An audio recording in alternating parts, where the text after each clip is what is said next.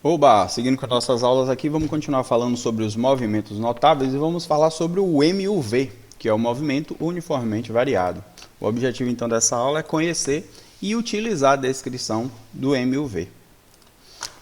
Como eu tinha comentado na aula anterior, a gente tem vários tipos de movimentos notáveis, né? E eu já falei um pouquinho do repouso, falei na aula passada sobre o movimento uniforme, e agora é a vez de falar sobre o movimento uniformemente variado, que é um movimento que consiste, né, em a sua aceleração ser constante, tanto em módulo quanto em direção.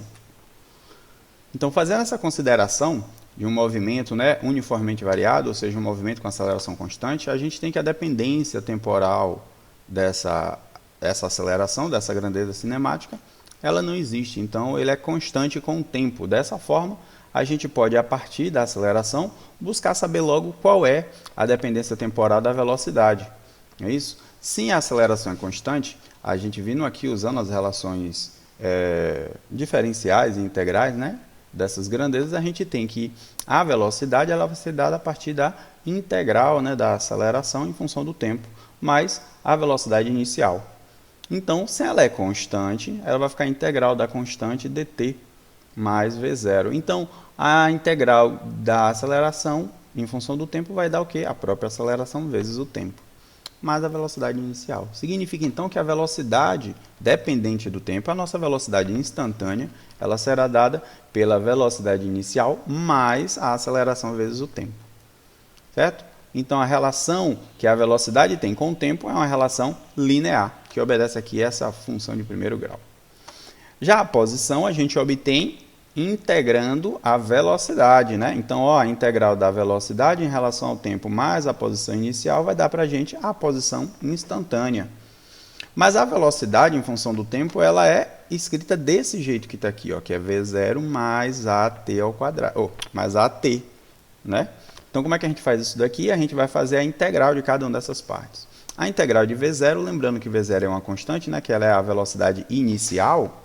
Então, ela é uma constante, então a integral da velocidade inicial vai ser o que? A velocidade inicial vezes o tempo. Já a integral de AT vai dar o que? AT ao quadrado dividido por 2. Então vai ficar meio de AT ao quadrado.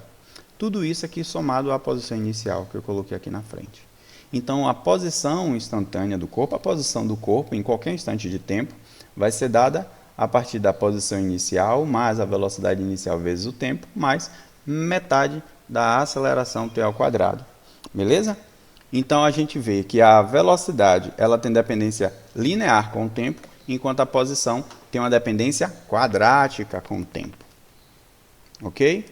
Então, a gente vai ter aqui ó, que a posição, aqui é uma equação vetorial, é uma função vetorial, né, do tempo. Então, ela vai ter sua posição em x, sua coordenada em x dada desse jeito. Veja que aqui é a posição inicial em x, componente da velocidade inicial em x, e a aceleração, a componente em x. E isso vai se repetir tanto para y quanto para z, certo? Com as posições iniciais, as velocidades iniciais em cada um dos eixos e a componente das acelerações. Significa, então, que esse eixo ele pode ter uma aceleração, já nesse eixo ele pode ter outra aceleração, porque lembrando que a aceleração é a grandeza vetorial, né? Então, em cada uma das direções base, ela pode ter um valor diferente. E lembrando também que o corpo ele pode ter um movimento em uma direção uniforme, né? Uniformemente variado, e na outra direção pode ter um movimento uniforme, como a gente vai ver numa aplicação que a gente vai fazer em outra aula, certo? A posição é dada assim, quadrática com o tempo, e a velocidade é dada desse jeito, linear com o tempo, né? Ou seja, a componente x da velocidade em função do tempo vai ser a componente inicial da velocidade nessa mesma direção, mais a componente da aceleração nessa direção vezes o tempo. Está aqui, ó. Beleza? Prontinho. Vejam que desse jeito aqui, gente, se a gente souber a posição, a gente obtém a velocidade, né? Como a gente fazendo a consideração sobre a aceleração, a gente descobriu a velocidade e a partir da velocidade a gente descobriu a posição.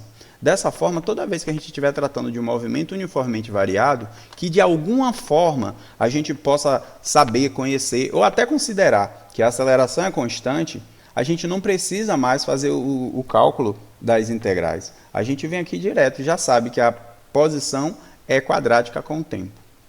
Tudo bem? Então, dessa forma, a gente consegue todas as outras informações. Ou seja, se eu sei que a posição é quadrática com o tempo, derivando isso, eu vou achar a velocidade, que é linear com o tempo. E derivando a velocidade, eu vou achar a aceleração, que é constante. Tudo bem? Então, aqui não é para gravar as fórmulas. Se for para memorizar alguma, memoriza só da posição, que é quadrática com o tempo. E até uma coisa bem mais vista. A gente vê até desde o ensino médio, né? Essa apresentação da posição dada em função de t ao quadrado. Mas lá a gente vê tudo unidimensional, sempre usando o movimento retilíneo. Aqui eu já estou colocando no espaço tridimensional.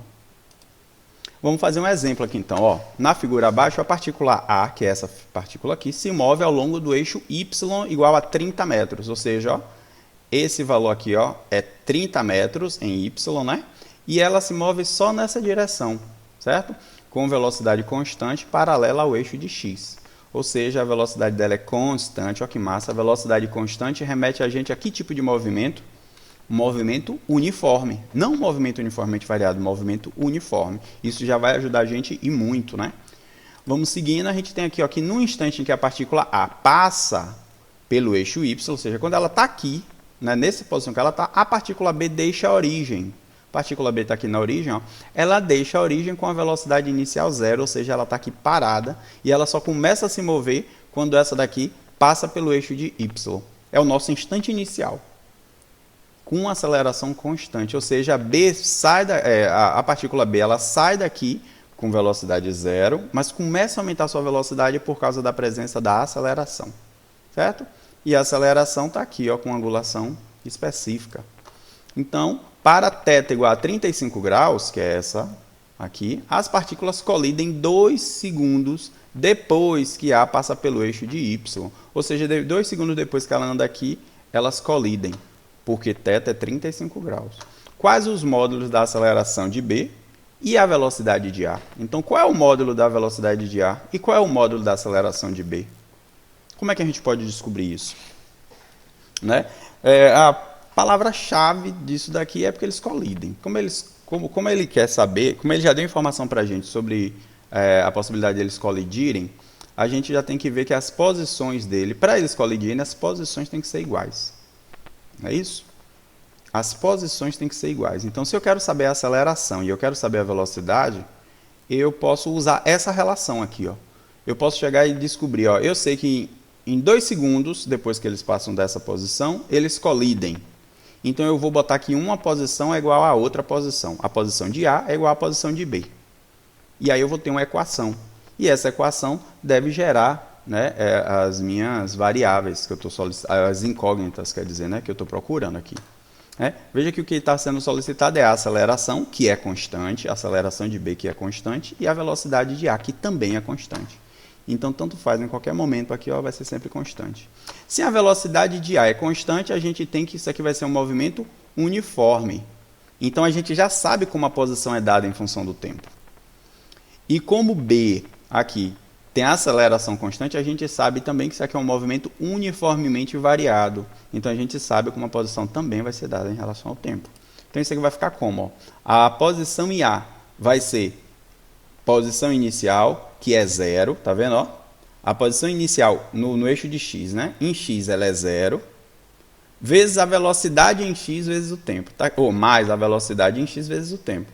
Como a posição é zero, vai ficar só VAT, é a velocidade de A vezes o tempo. Tudo isso na direção de I. Vamos voltar aqui, eu estou só estudando a partícula A. A partícula A ela tem duas componentes, que aqui é um movimento bidimensional, tá vendo? Tem componente x, tem componente y. E eles se movem, né, nesse plano bidimensional. Então, o que acontece aqui? A componente x da posição dela vai variar com o movimento uniforme. Então, posição inicial 0, velocidade VA constante, vai ficar assim, VAT. Massa. E o y de A vai ser como? Vai ser constante. É como se ele estivesse em repouso. Lembra quando a posição é constante?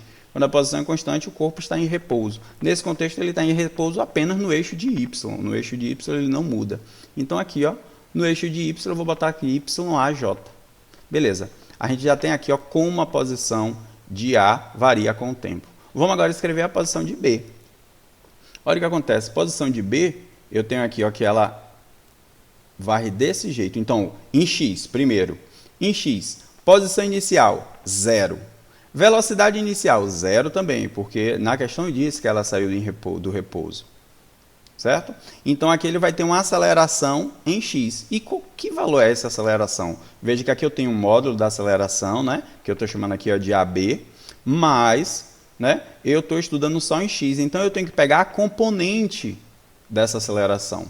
Se aqui em cima é θ, né, a componente x dela vai ser dada a partir de A seno de θ.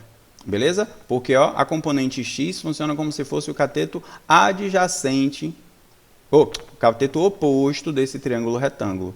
Certo? Por isso o seno. Então, no eixo de x vai ser posição inicial, 0, velocidade inicial vezes o tempo, que vai ser 0 também, mais metade da aceleração t ao quadrado. Veja a aceleração no eixo, de x, né? Só a gente recuperar aqui, ó. Veja que vai ser, ó, em x, posição inicial vai ser 0, velocidade inicial vezes o tempo, isso aqui também vai ser 0, e aí vai ficar metade da aceleração em x. Quanto é a aceleração em x? Vai ser o módulo da aceleração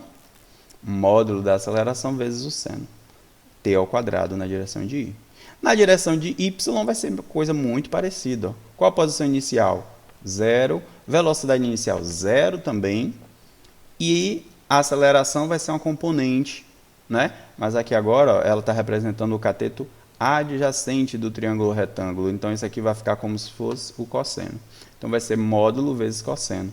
Metade da aceleração em y t ao quadrado. Feito. Já tenho uma posição e tenho a outra posição. Acabou. O que é que eu preciso fazer aqui agora? Igualar as posições. Então, em um determinado tempo crítico, em determinado instante crítico, as duas posições serão iguais. Aí agora é só eu igualar posição por posição. Ou seja, componente x tem que ser igual a componente x, componente y igual a componente y. Então, ó, VAT, está aqui VAT, tem que ser igual a meio de AB seno de θ t ao quadrado. Ou seja, meio AB seno de θ tc ao quadrado. Mesma coisa para o y. O YA, que é 30 metros, aqui na questão, né? TA, que é 30 metros, tem que ser igual a isso daqui, ó. Tem que ser igual a meio de AB cosseno de θ tc ao quadrado. Beleza? Então, ó, a posição em y tem que ser igual à posição em... A posição em y de B tem que ser igual à posição em y de A. Do mesmo jeito que a posição em y, ou em x de B, tem que ser igual à posição em x de A, para que eles colidam. Para que as posições sejam iguais, tanto em x quanto em y, elas têm que ser iguais. Certo? Veja que daqui agora eu tenho um sistema de equações. Eu tenho essa equação e tenho essa outra equação. Quantas variáveis eu tenho? VA, eu não sei o valor. TC, eu sei o valor, foi dado, ó. TC é 2. Opa. TC é 2. AB, eu não sei o valor, é solicitado o VA e o AB, né? Seno de θ eu posso calcular, porque é dado o θ. TC já é dado, né? YA é dado 30 metros. O AB é o que eu quero saber. E o cosseno de θ eu posso calcular. TC também eu já sei. Beleza. Então, são duas equações com duas variáveis, que é VA e AB. Sistema que a gente pode resolver facilmente. Eu vou fazer algumas manipulações aqui, ó, bem simples. Ó. Vou pegar esse 2 e vou passar para o lado de cá. Ou multiplicar tudo por 2, né? Tanto faz, como a gente vai explicar isso. Então, multiplicando tudo por 2, vai aparecer um 2 aqui na frente e vai desaparecer esse 2 aqui, porque vai ficar 2 dividido por 2. Aqui também eu vou fazer a mesma coisa, ó, multiplicar por 2 aqui e multiplicar por 2 aqui, de tal forma que esse 2 aqui também vai sumir. Certo? Mas aqui em cima eu vou fazer uma outra simplificação. Ó. Veja que aqui tem um TC e aqui tem um TC ao quadrado. Então, eu vou passar isso aqui, ó, vou dividir tudo por TC, de tal forma que esse daqui vai sumir, porque vai dar 1. E esse daqui vai perder o quadrado, vai ficar ele linear. O daqui eu só vou mesmo multiplicar por 2. Então, vai ficar assim, ó, 2 vezes VA, AB seno de θ TC. O daqui vai ficar 2 vezes YA igual a AB cosseno de θ TC ao quadrado. Pronto? Agora vamos substituir os valores. Olha o que vai acontecer. 2 vezes VA fica VA, porque no VA eu não sei o valor, né? AB eu não sei o valor, mas seno de 35 vezes 2 eu posso calcular. Quando vocês calcularem, vocês vão achar 1,1, né? Numa boa aproximação e com arredondamento correto. 2 vezes YA, o Y é 30, ou é 3, tá? Então eu coloquei errado aqui. Eu coloquei aqui 30, mas na realidade é 3, viu, gente? Me perdoem. Ajeitem aí, por favor, que aqui é 3, certo? E então aqui, ó, opa, aqui. Então 2 vezes 3, né? Vai ficar 6. De novo, a aceleração eu não conheço, mas cosseno de 35 vezes 2 ao quadrado eu posso calcular. Vai dar 4 vezes cosseno de 35, vai dar 3,3. Beleza? Basta fazer essa conta na calculadora, vocês vão ver esse valor. Então, ó, meu sistema de equações agora ele fica assim. Fica mais claro para a gente que só tem 2 variáveis, tá vendo? Veja, gente, a física, ela acabou aqui, ó, quando a gente montou esse sistema de equações, igualando as componentes, né? Então, quando a gente descreveu as posições e a gente igualou as posições porque a gente teve a informação de que eles colidiriam, né, em determinado instante, a gente montou esse sistema de equações. E aí aqui agora o objetivo é resolver o sistema de equações. Não tem mais muita física aqui. Aqui agora tem a matemática. E vocês olharem para esse sistema, para essas equações como um sistema de equações e resolver o sistema de equações. Certo? Então eu reorganizei, substituí os valores e agora eu vou resolver o sistema de equações. E aí vocês podem resolver como vocês quiserem. O jeito que eu escolhi, né, foi, essa equação aqui só tem o A como variável. Então eu peguei o 3,3 e passei para cá dividindo. Então o AB ficou 6 dividido por 3,3, que dá 1,8 metros por segundo ao quadrado. Já o V, olha o que acontece. O V eu posso descobrir depois que eu descobri o A. O VA, então vai ser 1,1 dividido por 2, está aqui, ó, 1,1 dividido por 2, vezes A. Como é 1,8, eu substituo, vou achar aproximadamente 1 metro por segundo de velocidade. Então aqui, ó, desse jeito eu resolvi. Beleza? Então que fique claro, a gente contextualizou as informações que a gente obteve, tanto nessa aula quanto na aula passada. Esse daqui é um MU e esse daqui é um MUV. A gente usou o conhecimento que a gente tinha para conseguir descrever as posições em função do tempo e achar as variáveis que a gente queria frente ao contexto que eles colocaram, que foi a ideia de colisão. Beleza? Então, dessa forma aqui, a gente conseguiu contextualizar essas informações de uma forma primorosa. Então, pronto, ó, o movimento no MUV, a gente tem que a posição é quadrática com o tempo, né? Ou seja, a posição, o gráfico da função vai ser uma parábola, tanto assim subindo quanto descendo, né? Parábola tanto com concavidade para cima como com concavidade para baixo. Lembrando, concavidade para cima, a gente tem a aceleração positiva, concavidade para baixo, aceleração negativa. A velocidade vai ser negativa, ou vai ser uma linha, né? Vai ser uma reta assim, ó, uma função de primeiro grau, vai ser uma reta, pode ser uma reta decrescente ou uma reta crescente. Se ela for uma reta crescente é porque a aceleração é positiva, uma reta decrescente é porque a aceleração é negativa. Beleza? Vamos fazer aqui agora um teste rápido, ó. Considerando as seguintes descrições da posição em metros de uma partícula que se move no plano XY, são essas daqui as considerações. As componentes x e y da aceleração são constantes em todas essas situações? Aceleração A. Veja que é o A vetor, viu, gente? É o A vetor. Ela é constante? Vamos lá. Em todas essas situações, nas 4 situações que a gente tem aqui, a aceleração é constante? Como é que a gente consegue descobrir se a aceleração é constante? Né? Se a gente tem que a componente x e a componente y da aceleração ela é constante. Isso aqui, se isso aqui tudo é dado como uma posição, basta a gente ver a dependência temporal. A gente viu que para o MUV, se a aceleração é constante, a posição é quadrática com o tempo. Ou seja, o termo de maior grau que tiver na equação, na função, vai ser o termo quadrático. Então vamos lá, o 1, x é dado com t ao quadrado, tá vendo? Aqui é t a 1 e aqui é um termo constante. Significa então que a aceleração em x é constante.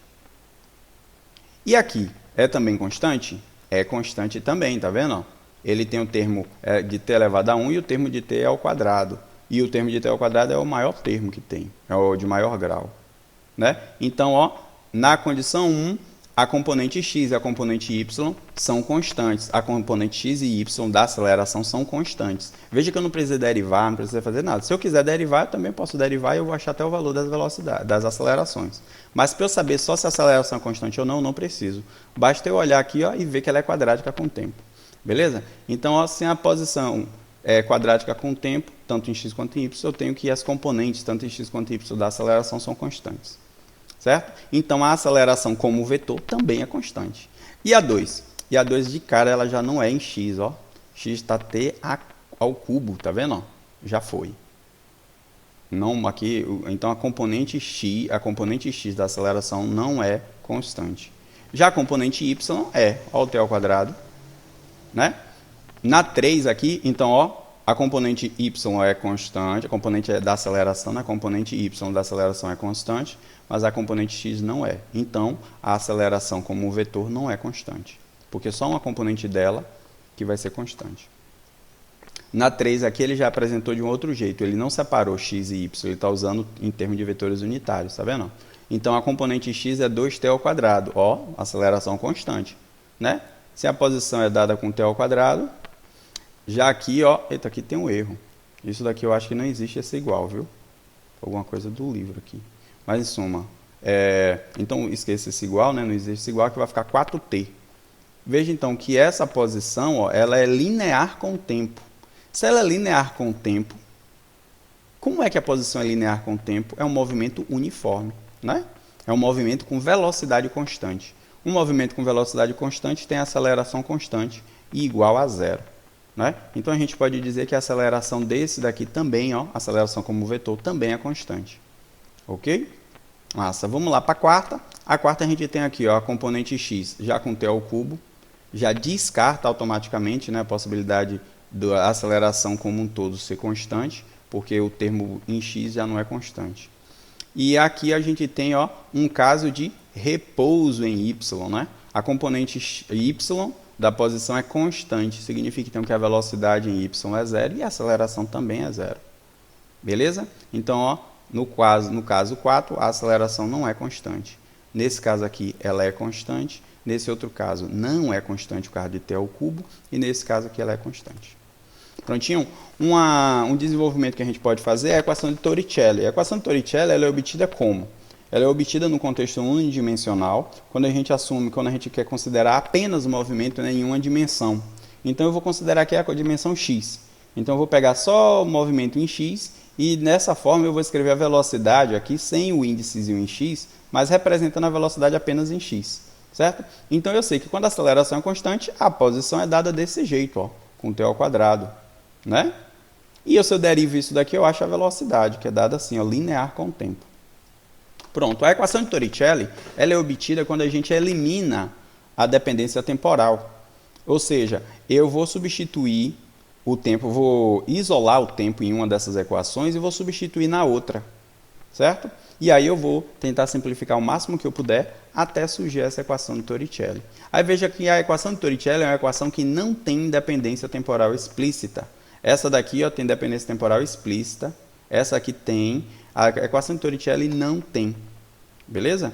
Então, o passo a passo é esse que está aqui embaixo, certo? Quem quiser pode depois dar uma olhada. Primeiro, eu vou explicar aqui por cima que eu isolei o t na equação da velocidade. Ó. Então, peguei a velocidade inicial, passei para o outro lado, ficou ó, negativo, e passei o a dividindo. Então, o t ficou desse jeito, v menos v0 dividido por a. O que foi que eu fiz agora? Peguei esse t e substituí aqui. Ó. Mas antes de substituir, eu peguei a posição inicial e passei para o outro lado da igualdade, fazendo assim, ó, x menos x0. Lembrando, né, que x menos x0 é o quê? É o deslocamento. Então, eu já deixei aqui, ó, desenhado a possibilidade de escrever o deslocamento. E aí eu substituí. Onde tinha t, eu botei v menos v0 sobre a. Aqui, ó. Tanto do lado de v0, tanto multiplicando o a, botando ele ao quadrado aqui, ó, o t. Prontinho. Beleza? O que é que eu vou fazer aqui agora? Eu vou multiplicar tudo por 2a, porque, ó, veja que tem um 2 aqui embaixo e tem um a aqui embaixo. Então, eu vou multiplicar tudo para tirar esses denominadores. Certo? Então, multiplico tudo por a, aí vai ficar ó, 2a aqui na frente, vezes aqui vai ficar 2, porque o a que eu multiplicar vai cortar com esse a daqui de baixo. né? Aqui não vai ficar 2, porque quando eu multiplicar vai cortar com esse 2. E quando eu multiplicar o a aqui, vai ficar a ao quadrado. Mas ó, esse a de baixo também está ao quadrado. Então ele também vai cortar. Deixando apenas o termo aqui, ó, da diferença das velocidades ao quadrado. Prontinho. Então esse termo aqui, né? Eu retornei aqui, repeti ele aqui. E agora eu vou reescrever. Então aqui vai ficar 2a delta x. Tá vendo? Porque x menos x0 é o deslocamento. E eu vou fazer a distribuição desses termos. 2v0v vai ficar 2v0v. 2v0 menos v0 vezes menos v0 vai ficar menos 2v0 ao quadrado. E aqui agora é um produto notável, né? Quadrado do primeiro, isso aqui é o quadrado da subtração, o quadrado da diferença. Isso vai ser o quê? Quadrado do primeiro menos 2 vezes o primeiro vezes o segundo, mais o quadrado do segundo. Então pronto, fica desse jeito. Com as simplificações devidas a gente consegue a equação de Torricelli. Beleza? Então prontinho. Essa é a equação de Torricelli. Ela diz que a velocidade em um instante ao quadrado é igual à velocidade em qualquer outro instante ao quadrado, mais 2 vezes a aceleração vezes o deslocamento entre a posição desse instante com esse outro instante. Tudo bem? Aqui nesse caso está assim, instante inicial e instante final, né? Mas pode ser quaisquer 2 instantes, desde que aqui também vocês respeitem isso. Beleza? Massa. Vamos fazer então aqui um exemplo.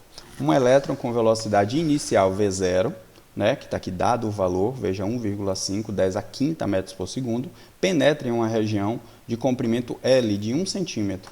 Ó, então ele penetra aqui nessa região, em que ele é eletricamente acelerado, figura ao lado. Então, ó, quando ele entra aqui, ele começa a ser acelerado. Até aqui fora ele não era acelerado, mas quando ele entra aqui, ele começa a ser acelerado. E sai da região com a velocidade de 5,7, 10 a sexta. Veja, ele entrou com 1,5, 10 a quinta, ele sobe, né, para 5,7, 10 a sexta. Então, nesse meio tempo, ele aumenta a sua aceleração, ou sua velocidade. Qual é a aceleração do elétron, então, supondo que seja constante? Veja que em nenhum momento essa questão deu informações sobre o tempo. Tem como a gente calcular? Tem como a gente calcular assim, né? Se a gente tivesse outras informações, a gente poderia usar aí alguma coisa para buscar saber, né? Mas, nesse caso, vale muito mais a pena a gente usar Torricelli direto. Porque a gente vem aqui, a velocidade final eu tenho, velocidade inicial eu também tenho. A aceleração é o que eu quero saber e o deslocamento é o nosso próprio L. Então, se eu quero saber a aceleração, o que é que eu faço? Pego o V0 ao quadrado, passo para lá, ele vai passar subtraindo, e pego o 2 ΔX e passo dividindo. Mas o ΔX eu falei, né? Ele é o L. Aqui agora é só substituir os valores. Quando vocês pegarem a calculadora, obedecendo direitinho aí os parênteses para fazer tudo certinho e fizerem essa conta, vocês vão ver que a aceleração vai ficar nesse valor aqui. Beleza? Prontinho. Deixa eu até refazer aqui, que esse 10 a quinta me assustou. Esse 10 a quinta, né? Então vai ficar velocidade final 5,7 ao quadrado vezes 10 a sexta vezes 10 a 12, né, nesse caso, menos 1,5 ao quadrado vezes 10 elevado à décima, porque eles estão ao quadrado. Prontinho, tudo isso dividido por 2 vezes 1 centímetro, que no caso vai ser 10 elevado a menos 2. Prontinho, é isso aí mesmo. 1,62, 10 a quinta metros por segundo ao quadrado. Essa foi a intensidade da aceleração. Beleza? Então, prontinho. Bons estudos para todos vocês, viu?